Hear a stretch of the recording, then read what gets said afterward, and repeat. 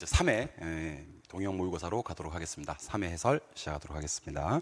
먼저 1번 토지 정착물 중 토지의 일부로 간주되는 정착물에 대해서 모두 고른 것을 찾아라 그랬습니다. 일단 제목이 잘 보시면 토지 정착물 중 일부로 간주되는 거 이렇게 얘기를 하고 있습니다. 자, 공부하시는 방법을 좀 알려드리면 크게 둘로 나누셔야 됩니다. 토지 정착물을 둘로 나누면 종속적인 정착물이 있고요. 독립정착물이 있습니다. 근데 여기 종속정착물과 독립정착물은 일단 정착물입니다. 독립정착물은 일단 정착물이고 아예 동산이 있거든요. 아예 동산. 정착물도 조차도 아닙니다. 이거는 어떤 것들이냐면 가식 중인 수목이 있습니다. 가식 중인 수목. 그 다음에 경작 수확물이 있습니다. 경작 수확물. 마지막으로 임차인 정착물이 있습니다. 임차인 정착물. 요거는 3개 정도를 암기하시면 좋아요. 나머지는 필요 없어요.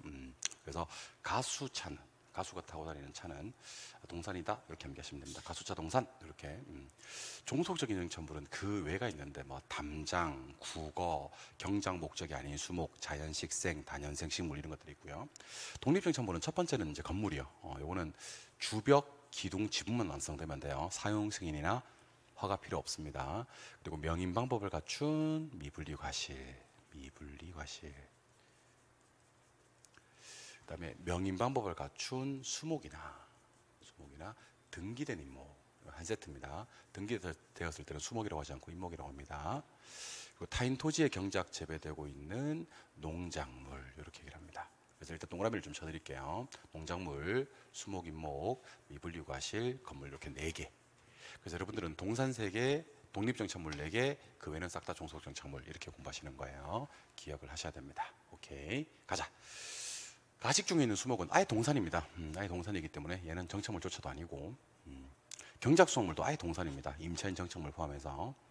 국어는 정답입니다. 토지 정착물 중 일부로 간주되는 종속입니다. 그리고 경작 노력을 요하지 않는 단연생 식물도 토지 정착물 중 종속입니다. 근데 건물하고 등기된 임목 이런 것들은요, 토지 정착물은 맞는데 토지 정착물 중 토지의 종속적인 게 아니라 토지와는 독립적인 정착물로 처리한다라는 걸 기억하셔야 돼요. 그래서 일부로 간주되는 종속 정착물은 니은하고 미음 해서 답은 2번이 되는 그런 문제가 되겠네. 정답 2번입니다. 2번. 주택하면 나올 것 같아요. 주택 유형에 대한 설명이 다 틀린 것을 찾아라 그랬는데 먼저 연립은 초가가 있는지 없는지를 확인하셔야 됩니다. 4계층 이하이면서 660초가 나왔죠, 그죠? 정답 1번. 1번은 맞는 표현. 2번. 다중주택은 학생, 직장인이 장기간 가질 수 있는 구조 맞고요. 독립된 주거 형태 갖추고 있지 않아야 되고요. 3계층 이하의 660 이하 맞습니다. 다가구는 3계층 이하 좋습니다. 660 이하 좋고요. 19세대 이하 좋습니다. 임대형 기숙사는요. 임대형 기숙사는 20실 이상, 공동치사 50% 이상 맞습니다. 근데 5번에 세대 구분형 공동주택은 세대를 구분해서 생활은 가능하거든요. 근데 구분 소유할 수는 없는 주택을 말해요. 조심하셔야 됩니다. 이거 구분 소유할 수 있는 거 없는 거 없는 거 이렇게 얘기를 해야 됩니다. 구분 소유할 수 없는 주택을 세대 구분형 공동주택이라고 한다. 답은 5번이 되는 그런 문제. 3번. 부동산의 특성으로 인해서 파생되는 특징에 대한 다음 설명 중 가론에 들어갈 말을 찾아라 그랬습니다. 자, 세금 거두기가 상당히 쉬워요 하는 것은 부동성입니다. 부동성. 언제나 그 자리에 있으니까. 미래 수익, 직접 하는 법 이런 말이 나오면 미래가 뜨면 예외 없이 영속성으로 갑니다. 미래는 영속성. 좋습니다. 지가지대, 최유효이용 많이 나오는 표현입니다. 부증성입니다. 부증성. 우리 2회 때도 한번 했었죠. 이행과 전환, 용도적 공급. 정말 조심하셔야 될 건 토지는 물리적 공급은 불가능하지만 용도적 공급은 가능하거든요. 용도적 공급이 가능한 이유는 용도의 다양성 때문입니다. 물리적 공급이 불가능한 이유는 부증성, 용도적 공급이 가능한 이유는 용도의 다양성. 그래서 순서대로 부동성, 영속성, 부증성, 용도의 다양성 이렇게 해서 정답은 1번이 되는 그런 문제네요. 1번 좋습니다. 4번. 다음 중 유량 경제 변수는 모두 몇 개인가 그랬습니다. 여러분들 유량과 저량을 구분하실 때는요, 저량을 좀 정리하셔야 됩니다. 저량에는 제자가 보통 단인 이렇게 얘기를 합니다. 재고, 재산 하셔도 돼요. 가치, 가격 하셔도 돼요. 보급률, 통화량, 단기, 인구 이렇게 제자가 보통 단위 하시면 되고, 혹시 이게 변동이나 변동분이 붙으면 다 유량으로 바뀝니다. 그래서 변동이나 변동분이 붙으면 앞에 나와 있는 단어를 다 묻어버리고 유량으로 바꾸자. 이것도 기억하시기 바랍니다. 여기 보시면 왼쪽에 있는 요 하나, 둘, 셋, 넷, 다섯 개가 다 유량이고요. 인구는 저량인데 인구 변동분. 변동분이 붙는 바람에 이게 유량으로 바뀌어요. 그래서 다섯 개에다가 오른쪽에 한 개에서 총 6개 모두가 유량입니다. 제자가 보통 달인의 제, 자, 통 이런 것들은 저량이고요. 그래서 유량 경제 변수는 왼쪽 5개랑 오른쪽 인구 뒤에 뭐가 붙은 거, 변동분이 붙은 거 해서 총 6개. 답은 5번이 되는 그런 문제입니다. 5번. 5번. 다음 가론에 들어갈 말을 순서대로 나열하면 그랬습니다. 들어갈 말을 순서대로 나열하면, 순서대로 한번 나열해 볼까요? 예, 한번 가볼까요? 자, 대체제는 어떤 제화냐면요. 이게 수수가 나오는 경우가 있고 가수가 나오는 경우가 있거든. 대체제는요, 수수는요, 한 놈 사면 한 놈 안 사고 한 놈 안 사야 한 놈을 사는 거고요. 가수는 한쪽 가격이 오르면 다른 쪽 수요가 증가되고 한쪽 가격이 떨어지면 한쪽 수요가 감소되는 제화입니다. 보완제도 수수가 있고 가수가 있는데, 보완제는 수수는요, 한쪽을 사야 나머지 한쪽도 사고 안 사면 안 사는 거고요. 가수는요, 얘가 상승하면 얘는 감소되고요. 얘가 하락하면 얘가 상승한다. 그러니까 이게 수수인지 가수인지를 봐야 되는데, 요거는 수수, 요거는 가수, 요거는 수수, 이건 가수, 이렇게 얘기하시는 겁니다. 여러분 이거 정답 딱 체크해놓고 외우셔도 돼요. 그냥 완벽하게 좀 정리합시다. 대체제 쪽 수요가 증가되면 내거 수요는 감소합니다. 대체제 가격이 상승하면 내거 수요는 증가됩니다. 보완제 수요가 증가되면 내거 수요도 증가됩니다. 보완제 가격이 상승하면 내거 수요는 감소합니다. 오케이? 그래서 가수인지 수수인지를 잘 보고 감소 증가 증가 감소, 감소 증가 증가 감소해서 답은 1번이 되는 그런 문제 풀 수 있어야 됩니다. 수요 나왔을 때. 그래서 우리 지난주에 필기 제가 한번, 지난 수업에서 제가 필기 한번 하라고 했던 거 있죠, 그죠? 그 수요를 증가시키려면 어떻게 해야 되느냐? 그러니까 다 집어치우고 그러면 수요 증가시키는 요인 4개만 얘기해 봐라. 그러면 우리 이렇게 얘기했었습니다. 일단 대체제 쪽 수요가 감소해야 돼요. 그래야지 내거 수요가 증가되고, 대체제 가격이 상승해야 돼요. 그래야지 내거 수요가 증가되고, 보완제 수요가 증가돼야 돼요. 그래야지 내거 수요가 증가되고, 보완제 가격은 그렇지 하락해야 됩니다. 그래야지 내거 수요가 증가된다. 요 4개를 여러분들이 연습해서 기억을 하셔야 됩니다. 내거 수요를 증가시키려고 그러면 대체제 쪽 수요 감소, 대체제 쪽 가격 상승, 보완제 쪽 수요 증가, 보완제 쪽 가격이 하락해야지 내거 수요가 증가된다. 이렇게 수수와 관련되는 내용하고 수수, 가수와 관련되는 내용하고를 좀 기억하면서 정리를 하시면 좋을 것 같습니다. 답은 1번, 6번. 자, 우리 이런 문제를 지금 제가 계속 내고 있는데 이제 맞출 때가 됐습니다. 일단 아파트고요. 수요 곡선을 좌측으로 이동시킨다는 거라고 했으니까 수요 감소를 찾아라, 그런 얘기입니다. 일단은 답이 안 되는 것부터 알려드리겠습니다. 아파트 가격 하락은 수요량을 바꾸는 원인입니다. 즉 곡선상에서 점을 이동시키는 요인이지 수요 곡선 자체를 우측이나 좌측으로 이동시키는 요인이 아닙니다. 참고로 말씀드리면 곡선상에서 수요 법칙에 따라서 가격이 하락하면 수요량이 증가되거든요. 그래서 곡선상에서 하향 이동한다라고 얘기를 해야 됩니다. 하향 이동, 그래야지 증가가 됩니다. 오케이. 건축 원자재 가격의 하락도 답이 아닙니다. 얘는요, 공급을 증가시키는 거지 수요하고는 전혀 관계가 없습니다. 자, 지금부터 인구 감소, 수요 감소입니다. 대체재 가격 하락, 같은 방향이니까 수요 감소입니다. 선호도 감소, 이것도 수요 감소입니다. 그런데 실질소득 증가는 수요 증가, 금리 하락도 수요 증가, 가격이 상승할 것이라고 예상되면 수요 증가. 이쯤 되면 빠르게 풀 수 있어야 됩니다. 수요 증가 3개, 수요 감소 3개, 수요하고는 전혀 관계없는 거 2개, 이렇게 해서 디귿, 리을, 미음 3개가 정답이 됩니다. 수요 감소를 찾아야 되니까 답은 2번이 되는 그런 문제가 되겠네요. 좋습니다. 7번. 7번 문제의 유형도 제가 지금 계속 내고 있는 유형인데, 여러분들 7번 문제 유형도 제가 계속 내고 있는 유형인데 풀 수 있어야 될 것 같습니다. 자, QD는 이렇고 QS는 저랬다가 수렴수는 변하지 않고 QS만 저렇게 변했다면 이때 균형 가격과 균형 수량의 변화를 구하라 했습니다. 자, 이거 지난 2회 해설 강의에서도 말씀드렸습니다만, 여러분들 이렇게 2분의 3 이런 게 뜨면요, 그냥 우리 뭐로 바꿔준다 그랬어요? 1.5 소수로 바꿔주면 좋다 그랬습니다. 그럼 첫 번째는 40-P랑 1.5P 마이너스 15였다가, 오케이. 두 번째는 뭐야? 수요함수는 그대로 40-p인데 공급함수는 2분의 3이 아니고 1.5라고 하기로 했지. 1.5p-30 이렇게 하기로 했었습니다. 그쵸? 예. 넘어가면 한번 가보겠습니다. 2.5p는 55. 이 계산기 쓸 수 있어야 됩니다. 55 나누기 2.5 딱 바로 때려주면 가격은 22가 나오고요. 대입을 하면 양은 얼마야? 18이 나옵니다. 18. 오케이? 이거는 얼마야? 2.5p는 70. 그럼 p는 70 나누기 2.5 가계산기 때려주면요. 이거는 28. 요거 q는 12가 나옵니다. 그럼 가격은 22 하던 게 28로 갔기 때문에 6이 상승하고요. 6 상승이 답입니다. 양은 18 하던 게 12로 갔기 때문에 6이 감소된다라고 해야 되겠죠. 6 상승, 6 감소. 둘 다 6이네. 공교롭게도. 답은 2번이 되는 그런 문제가 되겠죠. 정답은 2번.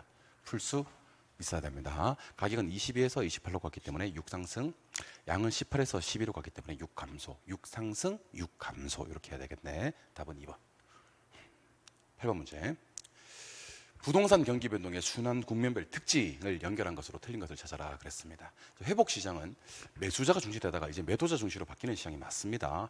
이거 중시되다가 결국에 내가 원하는 게 여기 있어야 됩니다. 오른쪽에. 상향 시장은 매도자 중시되면서 옛날 가격 하한선 맞고요. 후퇴 시장은 상한선이죠. 안정 시장은 하향 시장은 매수자가 중시되는 시장 맞고요. 너무 쉬운 문제네. 안정 시장은 호황에는 약하고요. 불황에 강한 유형의 시장입니다. 불황에 강하다. 호황에는 다소 약한 면모를 보이고 있습니다. 안정 시장에서 가장 중요한 것은 순환에 따른 분류가 아니고 과거의 사례 가격은 신뢰할 수 있는 기준이 되며 안정시장은 불황에 강한 유형의 시장이다 라고 했었어야 됩니다. 답은 5번이요. 좋습니다. 9번. 부동산 시장에 대한 설명이다. 틀린 것을 찾아라 그랬습니다. 우리 완전과 불완전과 할당의 관계를 좀 얘기를 드릴게요. 우리 벤 다이어그램 그려봤었습니다. 요게 할당이에요. 요게 불완전합니다. 불완전. 불완전 안에는 독점 시장도 있고 부동산 시장도 있어요. 그리고 제가 지금 노란색으로 표시하는 시장이 완전 경쟁 시장이에요. 노란색이 완전이다. 그래서 완전은 할당에 속해 있죠. 그래서 완전은 무조건 할당이지만 할당이 싹 다 완전인 것은 아니고 불완전도 할당이 될 수 있다. 쌉 가능하다. 이렇게 기억하시는 거예요. 그래서 완전은 무조건 할당을 의미하고 불완전도 할당이 될 수 있다라고 해야 됩니다. 오케이. 완전 경쟁 시장이나 강성률적 시장 두 개 똑같아요. 완전과 강성은 정보를 다 알고 있는 시장. 완전만 보셔도 돼요. 할당률적 시장만 존재한다. 예, 그렇습니다. 완전은 무조건 할당입니다. 할당이 될 수밖에 없다라는 얘기입니다. 약성에서는 과거 역사적 정보를 가지고는요. 정상인을 초과하는 이유, 초과인이 핵심이 되겠네. 획득할 수 없다라고 해야지. 약성에서는 초과인 얻으려면요. 현재 정보나 미래 정보를 통해서 초과인 얻는 것이지 과거 역사적 정보를 통해서는 초과인 얻을 수가 없습니다. 답은 3번. 완전 경쟁 시장에서는 절대로 초과인이 발생할 수가 없죠. 네버 발생할 수가 없습니다. 완전 경쟁 시장은 정보 비용도 없고 초과인도 없는 시장입니다. 자, 공표된 정보 그랬다면 중강성이 맞지만 공표되지 않은 정보까지도 반영되어 있는 시장은 모든 정보가 반영된 강성 효율적 시장으로 봐야 합니다. 그래서 9번의 정답은 3번이 되는 그런 문제가 되겠네. 3번. 10번. 여가 과정과 주거 분리에 대한 설명이다. 틀린 것을 찾아라 그랬습니다. 자, 우리 지난 수업에서도 한번 했었는데 저가 주택의 수요가 증가되어서 하향여가 되고 나면 저가 주택 공급은 뭐 한다? 증가된다. 지난번에 틀리게 나왔는데 맞게 나왔네. 저가 공급 증가되는 거 맞습니다. 저급 주택이 재개발되어서 고소득층 가구로 전환되는 것은 상향여가가 맞습니다. 여가 현상은 침입 천이 현상. 이 침입 천이 현상은 지금 보고 계시는 여가 현상에서도 나오고요. 버제스의 그렇지. 동심원 이론. 여기 가면 또 침입 경쟁 천이 그리고 도시 생태학적 관점 하면서 한번 더 나옵니다. 고급 주택 지역이 무슨 여가 되려면 하향여가 되려면 가치 상승분이 커서는 안 돼요. 계량 비용이 더 커야 됩니다. 그래서 가치 상승분은 작다면이라고 해야 됩니다. 계량 비용이 더 커야 돼요. 답은 4번. 틀린 거 찾으라고 했기 때문에 5번. 사람들은 정예배 비효과를 추구하려고 하고 부예배 비효과를 회피하려는 동기에서 여가 현상이 주도되는 거 맞습니다. 이 문제 답은 4번입니다. 11번 문제로 갈게요. 11번. 지대, 이제 조금만 너무 많이 했다는 생각이 들지 않습니까? 자, 준지대는 절대로 토지 이외에서 생기는 수익은 맞지만 영구적 지대가 아니라 그랬죠. 일시적 지대다라고 해야 되고요. 마샬이 일시적으로 토지 성격을 가지는 기계 기구에 대한 생산 요소에 대한 대가는 파레토 지대가 아니라 준지대라고 해야 됩니다. 파레토 지대는 경제지대를 의미하는 거예요. 이것도 틀리고, 위치 지대설에서는요, 중심지에서 멀어질수록 이거 T넷의 위치 지대는 수송비가 많이 들거든. 근데 지대와 수송비가 반비례 관계란 말이야. 그래서 수송비가 많이 들면 지대는 하락한다라고 했었어야 됩니다. 뭐 한다? 하락한다. 이렇게. 절대지대설에서는 지대는 잉여 아니고 생산비다. 예, 그렇습니다. 지대를 생산비로 보는 것이 절대지대설이고요. 지대를 잉여나 불로 소득으로 보는 것이 차액지대설이 됩니다. 그렇죠? 예, 그래서 옳은 걸 찾으라고 했기 때문에 답은 4번. 절대지대설은 지대가 비용입니다. 입찰지대설에서는 최소 지불용이액이 아니라 최대 지불용이액이라고 했었어야 됩니다. 지불할 수 있는 금액의 최대 금액이 입찰지대입니다. 오케이, 답은 4번이고. 지금부터 제가 절대지대설의 모든 것을 좀 소개해드리겠습니다. 절대지대.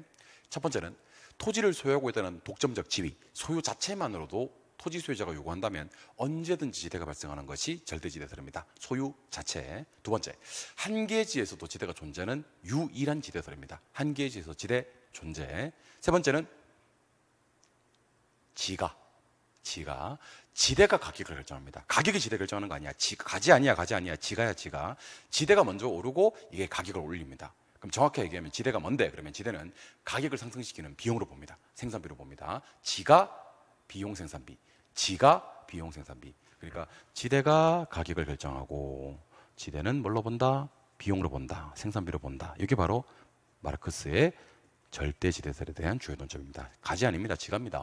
답은 4번. 12번. 다음은 이론에 대한 설명이다. 옳은 것을 찾아라 그랬습니다. 자, 우리 문제 풀다가 도달 범위, 최소 요구 범위 이런 말이 뜨면 그냥 예외 없이 크리스탈로 가버립니다. 자, 그럼 두 범위를 제가 설명 좀 드릴게요.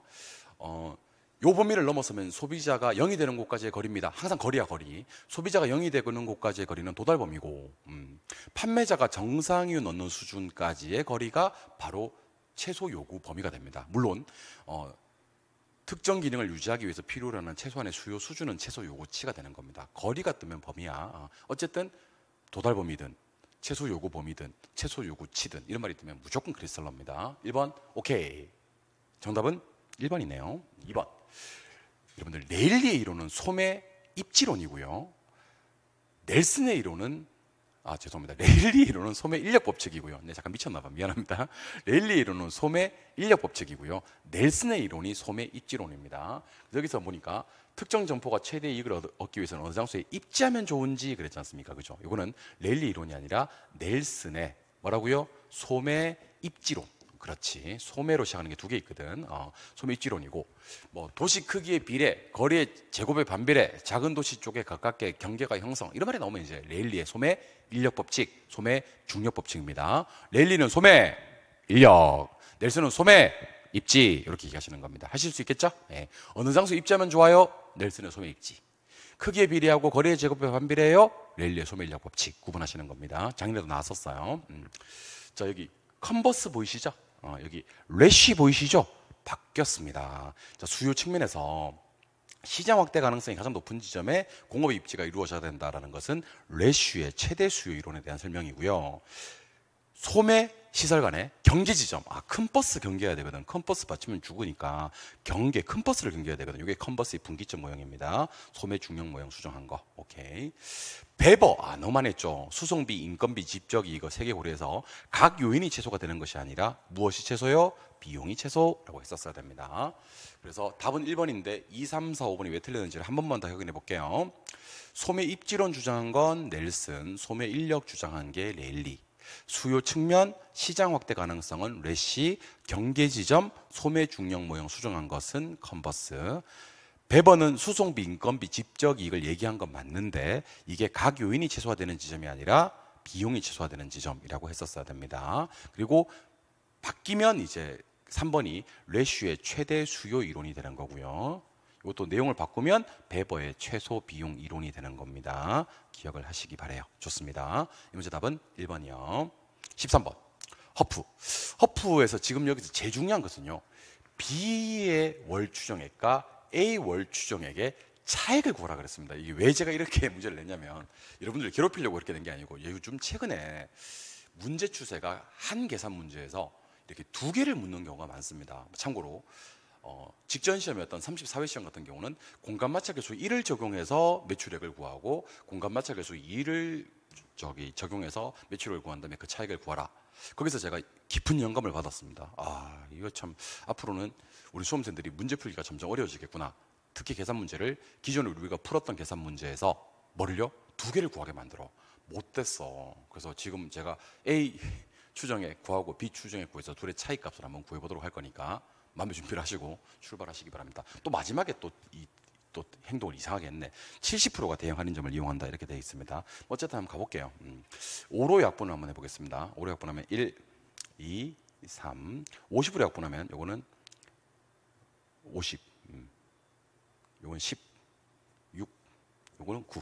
오케이? 자, 그래서 먼저 이거부터 해야 되겠네. 1분의 1, 4분의 6, 9분의 9, 그리고 1분의 1. 요거 한번 계산해주고, 이번에는 1분의 1, 4분의 6, 9분의 9. 여기서 뭐를 올려야 돼요? B를 올려야 되지. A하고 B의 차이점이니까, 차이값이니까. 그럼 요거는 4분의 6을 한번 해주는 겁니다. 그럼 결국 얘는 1, 1, 1.5, 1 이렇게 되는 거고. 왜 이래? 10이지. 10. 내가 왜 이랬을까? 10이지. 1분의 10이지. 요것도 10, 1.5, 요거 1, 요거 1.5가 됩니다. 첫 번째 건 10을 12.5로 나눠서 계산을 하는 거고요. 10을 12.5로 나누어서 계산을 한번 해보는 거고요. 두 번째는요, 1.5를 12.5로 나누어서 계산을 한번 해봐야 됩니다. 그래서 계산기를 꺼내서 저도 계산기 한번 해볼 테니 같이 한번 해봅시다. 10 나누기 12.5 한 다음에 그럼 계산기에 80%가 떠요. 이거는 A는 80% 곱하기 4,000 곱하기 4,000 곱하기 35만 원 한 다음에 반드시 여기 70%를 적용해 줘야 됩니다. 주민들이 70%만 할인점을 이용하니까. 그럼 계산기 입력해 보니까 이거는 7억 8,400만 원 나옵니다. A는 매출액이 7억 8,400만 원이 나옵니다. 근데 문제를 하나 더 구해야 됩니다. 1.5 나누기 12.5 1.5 나누기 12.5를 드리면 계산기에 12%가 나옵니다. 이거는 아까 80%고 이거는 12%. 여기다 또 곱하기 얼마야? 4,000 곱하기 35만 원 한 다음에 또 곱하기 얼마야? 70%. 70%만 할인점을 이용하니까. 그럼 요거는 1억 1,760만 원 나옵니다. 1억 1,760만 원. 그 두 개를 빼줘야 됩니다. 아, 좀 어렵네 진짜. 내가 내고도 좀 미안합니다, 여러분들. 그럼 답은 6억 6,400만 원이 6억 6,640만 원. 죄송합니다. 6억 6,640만 원. 40만 원이 되면서 답은 2번이 됩니다. 그래서 제가 이렇게 낸 이유는 뭐 이런 문제, 이 차익 구하라는 문제는 아마 1분 안에 풀기가 좀 어렵지 않나? 뭐 그런 생각이 좀 들거든요. 그러니까 여러분들의 선택에 좀 맡겨야 될 것 같습니다. 최근에는요, 계산 문제가 자기 자본 수익률 구하는 것도 그 대출 몇 프로 받았을 때 몇 프로 받았을 때 두 개 묻고요. 그 다음에 원금 균등 상환, 원리금 균등 상환도 금리 한번 묻고 뭐 또 매체차 원리금 상환에 구하라 뭐 이런 식으로 두 개를 묻고, 심지어 지금 허프 모형까지도 한 개 구하는 것도 녹록지 않은데 두 개 구해서 차익을 구하라 뭐 이런 식으로 나오는 것 같습니다. 아무튼 좀 그렇습니다. 제가 구하고 나도 좀 미안하고 막 그래요. 하여튼 유감이고 미안합니다, 여러분들. 내 잘못이 아니니까 시험이 요즘 이렇게 좀 추세가 바뀌고 있다라는 얘기를 드려야 되는 거니까 좋습니다. 14번. 우리나라의 부동산 제도와 근거 법률의 연결 이런 것을 찾아라. 요거는 꼭 요약집이나 아니면 뭐 백선 아니면 뭐 이론 특강 여기에 교재에 제가 다 넣어놨거든요. 한번 연습해 보시기 바랍니다. 선매제도는 부동산 가격 공시에 관한 법률이 아니라 부동산 거래 신고에 관한 법률에서 규정을 하고 있습니다. 선매 거래 신고. 자매품으로 뭐도 있냐면 토지거래 허가제, 토지거래 허가제도 거래 신고 제도의 거래 신고 법률에 근거하고 있습니다. 거민계약서 제도는 등기법이 아니라 등기특별조치법입니다. 등기특별조치법. 알고 계시죠? 분양가 상한제 주택법 맞습니다. 답은 3번이고요. 개발부담금제는 재건축 초과이익 환수에 관한 법률이 아니라 개발이익 환수에 관한 법률입니다. 개발부담금은 개발이익 환수고요. 재건축 부담금이 재건축 초과이익 환수에 관한 법률입니다. 두 부담금은요, 법률 이름에 자기 부담금 앞에 있는 단어가 들어가 있습니다. 개발부담금은 개발이익 환수에 관한 법률, 재건축 부담금은 재건축 초과이익 환수에 관한 법률. 토지은행 제도는 꼭 법률 이름에 비축이 있습니다. 그래서 공공토지 비축에 관한 법률 이렇게 한번 기억을 해두시고, 혹시 이거 연습 안 되신 분들은요, 해당 교재에서 반드시 한번 연습을 해주시면 좋을 것 같습니다. 제가 교재 다 나눴거든요. 느낌적으로 한번 나올 것 같은 느낌이 들어서 근거 법률 연결하는 거 한번 정리해 봤습니다. 지금 제가 최근에 계속 시간적 순서하고 법률들은 내고 있거든요. 한번 연습해 보시기 바랍니다. 15번. 각종 부동산 정책에 대한 설명이다. 틀린 것을 찾아라 그랬습니다. 도시군 기본계획. 자, 기본계획은 상당히 종합계획이고요. 관리계획 수립의 지침이 되는 계획이며 장기적 발전 방향을 제시하는 그런 계획입니다. 오케이. 그 다음에 용도 지역이 몇 가지가 있습니까? 그러면 여러분들은 용도 지역은 도, 관, 농자 4개 있다라고 기억하셔야 되겠죠. 그 다음에 우리 현재 지정할 수 있는 용도 지역은 준주거하고 준공업밖에 없습니다. 여러분들 준농림지역은요, 현재 지정할 수 있는 용도 지역이 아닙니다. 용도 지역 중에서는요, 전일준 할 수 있는 게 도시 지역 중에서 주거 지역과 전일준은 공업 지역밖에 없습니다. 그래서 현재 지정할 수 있는 용도 지역은 준주거, 준공업 이렇게 얘기해야 되기 때문에 정답은 3번이 됩니다. 3종 일반 주거 지역은 편리안이 나와야 되고요, 중고층이 나와야 됩니다. 지난 수업에서 한번 했었죠. 2회 해설 강의 때 편리안 중고층 맞습니다. 용도 지역은 중첩이 안 돼요. 중복을 될 수가 없고, 혹시 용도 지구였다면 중첩 지정이 가능합니다. 기억을 하셔야 되겠죠. 답은 3번. 16번 유명하죠. 16번으로 넘어가 보도록 하겠습니다. 16번. 16번은요, 우리가 최근에 자주 출제되는 공공임대주택에 대한 설명입니다. 공공임대주택. 공공임대주택은 종류가 총 몇 개? 8개. 영국행 통장 분기기. 영국행 통장 분기기 기억하셔야 되겠죠. 영국행 통장 분기기 8개. 첫 번째는 영구임대고요. 국민임대, 행복, 통합, 장기전세, 장기전세, 분양전환, 분양전환, 기준주택 매입, 기준주택 전세가 됩니다. 오케이. 자, 최저소득이 50년이면 영구임대고요. 저소득 서민의 30년은 국민임대. 젊은 층 행복입니다. 장애인, 국가 유공자, 사회 취약계층이 들어오면 통합이에요. 전세 계약 방식은 장기 전세라고 해야 되고요. 일정 기간 임대 후 분양 전환을 목적으로 하는 것이 분양 전환. 기준주택을 매입해서 공급하는 건 기준주택 매입. 기준주택을 임차해 와서 전대하는 것은 기준주택 전세인데, 요거는 기준주택을 임차해 와서 전대한다라는 표현, 전대란 말이 반드시 나온다는 걸 알고 오셔야 되고요. 얘는 그냥 전세 계약 방식입니다. 얘는 젊은 층하고 끝납니다만은, 얘는 젊은 층을 받고요, 사회 취약계층, 그러니까 장애인, 국가 유공자까지 추가된다는 것도 알고 계셔야 될 것 같아요. 그러면 16번 문제 한번 풀어볼까요? 최저소득의 50년이면 영구임대요. 저소득 서민의 30년이면 국민임대요. 바뀌었네요. 1번, 2번 제목이. 그리고 3번은 젊은 층이니까 행복주택이요. 4번은 장애인 국가유공자 나온다 그랬죠. 반드시 나온다 그랬죠. 사회 취약계층이니까 통합 공공임대주택이 맞습니다. 답은 4번이고요. 요거 4번에 통합 공공임대주택으로 수정이 돼야지 될 것 같습니다. 혹시 바뀌기 전에 보신 분들은 이걸 수정이 좀 부탁드리겠습니다. 5번은 전세 계약 방식이니까 기준주택 전세가 아니라 장기 전세라고 해야 됩니다. 장기 전세. 16번은 혹시 수정이 안 돼 계신 분들은 수정을 좀 하시기 바랍니다. 답은 4번. 어떻게 수정이 돼야 되면 통합 공공임대주택에 대한 설명으로 수정이 돼야 됩니다. 아시겠죠? 오케이. 그래서 문제 답은 4번으로 처리해 주시면 됩니다. 오케이. 네, 이렇게 17번 문제로 가도록 할게요. 17번 문제. 오케이. 17번. 부동산 관련 조세. 요거는 이제 한 개짜리를 써놓으면 좋습니다. 보유 단계에서 내는 국세는 종합부동산세, 지방세는 재산세, 처분 단계는 양도소득세 이렇게 하시고, 취득할 때는 국세는 인지세, 상속세, 증여세, 지방세는 취득세, 등록면허세 이렇게 하시고, 한 개짜리 니은, 디귿, 미음을 먼저 보는 게 좋아요. 니은에는 종부세, 미음에는 재산세, 디귿에는 양도소득세 이렇게 줄여놓고 기억을 보시면 바로 답 나오죠. 기억은 인지세 등이 나와야 되니까 답은 3번이 되는 그런 문제입니다. 다 써놓고 문제 보시면 돼요. 답은 3번. 18번. 지렛대 효과에 대한 설명이다. 틀린 것을 찾아라 하는 문제입니다. 지렛대 효과에 대한 설명이다. 틀린 것을 찾아라 하는 문제. 18번.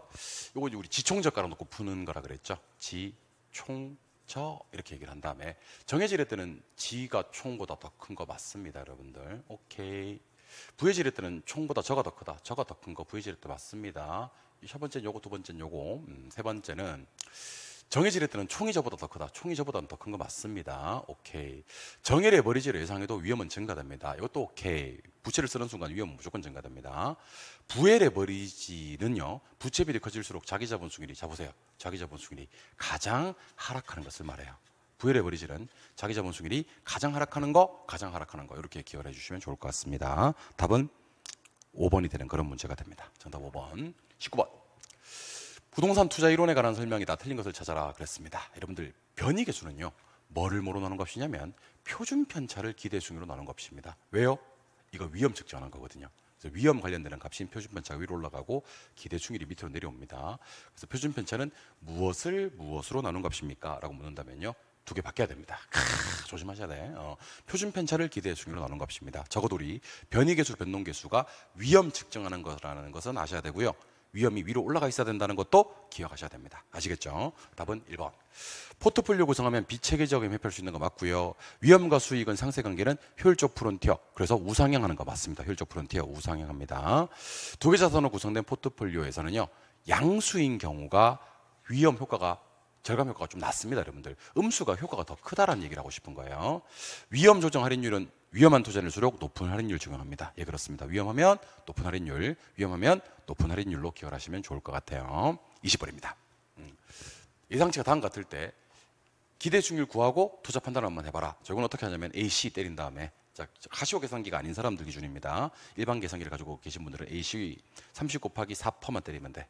그리고 그 위에다가 50 곱하기 8%, 그 위에다가 20 곱하기 13%, 그리고 GT를 누르시면 됩니다. 근데 안타깝게도 계산기 얼마가 나오냐면 7.8이 나옵니다. 지금 7.8 두 개 있는데, 예, 두 개 나올 겁니다. 두 개 있는데. 기대 수익률 구했단 말이야. 근데 요구 수익률이 몇 프로야? 8%야. 우리가 기대가 클 때 투자하지, 지금처럼 요구가 더 크면 투자가 기각됩니다. 기각까지 하셔야 돼. 답은 4번이 되는 그런 문제 풀 수 있어야 됩니다. 20번이었습니다.